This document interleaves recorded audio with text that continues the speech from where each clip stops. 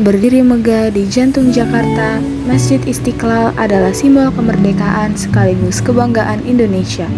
Nama Istiqlal sendiri berarti kemerdekaan, menggambarkan semangat bangsa yang baru lepas dari penjajahan. Proses pembangunan berlangsung cukup panjang. Situasi politik Indonesia pada 1960-an membuat proyek ini beberapa kali tertunda. Namun yang menarik, arsitek Masjid Istiqlal bukan seorang Muslim. Ia adalah Frederick Silaban, seorang arsitek Kristen Protestan yang memenangkan sayembara desain tahun 1955. Masjid Istiqlal berdiri di atas lahan 9,5 hektar dan mampu menampung lebih dari 200.000 jamaah. Ciri paling mencolok adalah kubah berdiameter 45 meter dan ditopang 12 pilar raksasa yang melambangkan tahun proklamasi dan jumlah bulan dalam kalender Hijriah. Penggunaan marmer pada lantai dan dinding serta ventilasi besar di seluruh sisi membuat masjid ini tetap sejuk tanpa pendingin udara. Sejak diresmikan pada 22 Februari 1978, Masjid Istiqlal bukan hanya dipakai sebagai tempat ibadah. Tempat ini juga menjadi pusat kegiatan sosial, pendidikan, pemberdayaan umat, hingga dialog antar beragama. Banyak tokoh dunia yang pernah berkunjung ke sini seperti Barack Obama, Raja Salman, Angela Merkel, Bill Clinton, dan Pangeran Charles. Pada tahun 2019 sampai 2020, pemerintah melakukan renovasi besar-besaran pertama sejak masjid berdiri. Renovasi ini meningkatkan kualitas pencahayaan, tata ruang, dan sistem kebersihan air. Kini Istiqlal tetap berdiri sebagai monumen spiritual, budaya, dan kebangsaan, menjadi ruang yang menyatukan masyarakat dari berbagai latar belakang. Menara Istiqlal tingginya sekitar 66,66 meter. Sesuai dengan jumlah ayat Al-Quran itu 6.666. Keren banget kan maknanya? Selain itu, Istiqlal juga pakai panel surya atap untuk listrik, jadi lebih ramah lingkungan.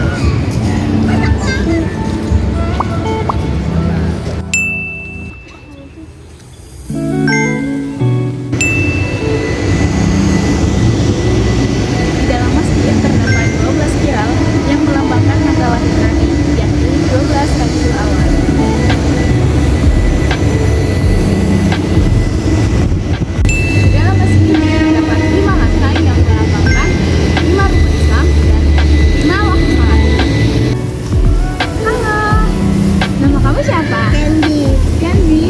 Kenzi baru pertama kali ke Istiqlal. Iya. Gimana perasaannya mau datang pertama kali ke sini? Senang. Senang? Sama teman-teman ya? Seru ya? Iya. Sini ada taman mainnya ya? Iya. Oke, makasih ya. Iya. So is this your first time being here? Yes, it's the first time and the first day also. Oh, so what's your first impression being here? Yeah, it's amazing. And the people are very friendly and everyone is so kind. The city is so busy, traffic and cars and scooters and a bit chaos. Belgium is so regulated. From Belgium, Europe. So it's very different from Europe. Yes, Very yes, different, very yes. So Nice. Europe not as busy as here. No, not like this. Yeah, I guess this is the capital city. So I guess. Yeah, Yes. So it's your first time Indonesia. Come here for 3 weeks. Make a tour. First Java, then we go to Bali, and after Bali we go to Lombok. And then we will have a good impression of your country.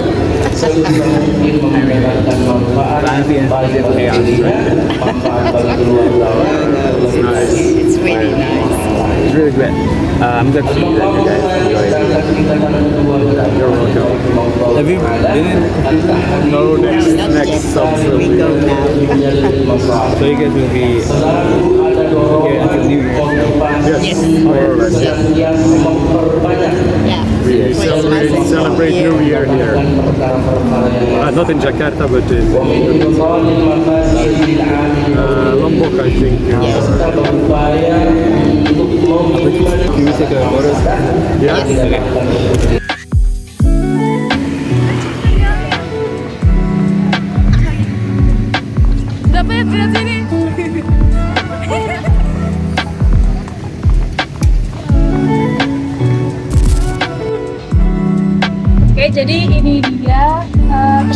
silaturahmi yang menghubungkan Masjid Istiqlal dan juga Gereja Katedral. Panjangnya itu 28-34 meter, dibangun tahun 2021. Simbol bahwa persaudaraan antar umat itu nyata, bukan cuma slogan. Sekarang kita sudah berada di Gereja Katedral Jakarta, salah satu gereja Katolik paling penting dan juga cagar budaya nasional. Gereja ini bisa menampung sekitar 2.500 jemaat dan punya sejarah panjang yang dimulai sejak awal abad ke-19. Sejarah Gereja Katedral dimulai pada tahun 1807, ketika Paus Pius VII menunjuk Pastor Nelissen sebagai prefek apostolik Hindia Belanda. Setahun kemudian, Pastor Nelissen dan Pastor Prisen tiba di Batavia dan mulai merintis pendirian gereja Katolik di kota ini.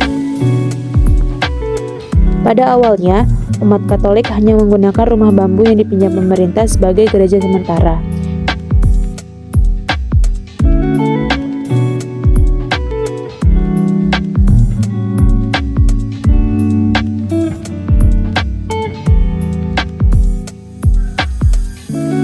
Tahun 1890, gereja ini kembali tertimpa cobaan. 3 hari setelah Paskah, bangunannya ambruk. Renovasi besar dilakukan dan berlangsung selama 10 tahun.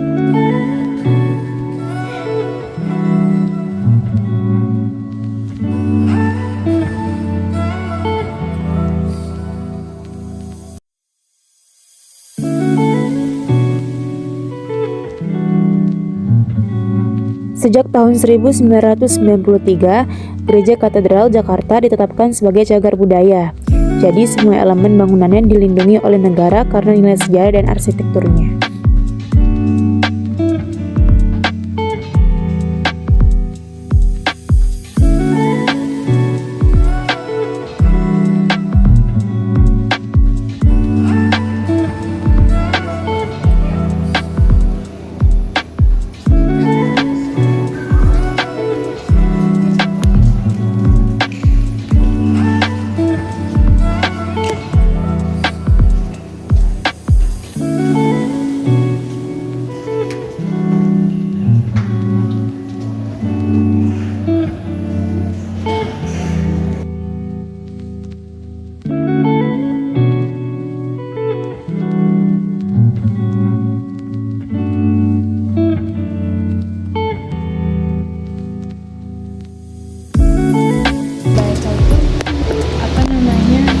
Yusuf ini dia siapa gitu? Bapaknya Yesus kalau kita di gereja Katolik. Di Kristiani sebutnya bapaknya Yesus, ibunya Yesus ya Maria ini yang lain. Ya, berarti tunangannya. Iya, tunangannya Maria. Jadi sebelum itu dia ini sudah punya tunangan. Iya. Awalnya begini Kak, jadi awalnya dia tuh Maria tuh nggak mau dinikahin sama Yusuf nih. Tapi karena dia kalau di dalam kisahnya kita di di kita sebenarnya Alkitab itu dikatakan bahwa dia menerima kabar dari malaikat Gabriel bahwa dia akan lahirin Yesus, makanya dia harus menerima tunangannya Yusuf ini. Dia akan melahirkan, dia disebut kita Mesias. Mesias itu Isa. Mesias itu penyelamat kalau di kita. Iya bahasa ya bisa sih Islam nyebutnya di Isa ya. Iya Isa itu juga penyelamat. Terus sama. Di dalam Museum Katedral Jakarta, terdapat ruang dokumentasi yang merekam momen bersejarah kunjungan Paus ke Indonesia, termasuk kunjungan ke Masjid Istiqlal. Ruangan ini menjadi saksi bahwa toleransi bukan sekedar wacana. Dokumentasi ini menunjukkan bahwa dialog antar umat beragama tidak hanya terjadi di tingkat masyarakat, tetapi juga di level global dan pemimpin agama dunia. Kita lihat sendiri bahwa perbedaan itu bukan alasan buat perjauhan. Justru dari sinilah kita belajar saling menghargai. Kelompok 1, explore, respect, connect.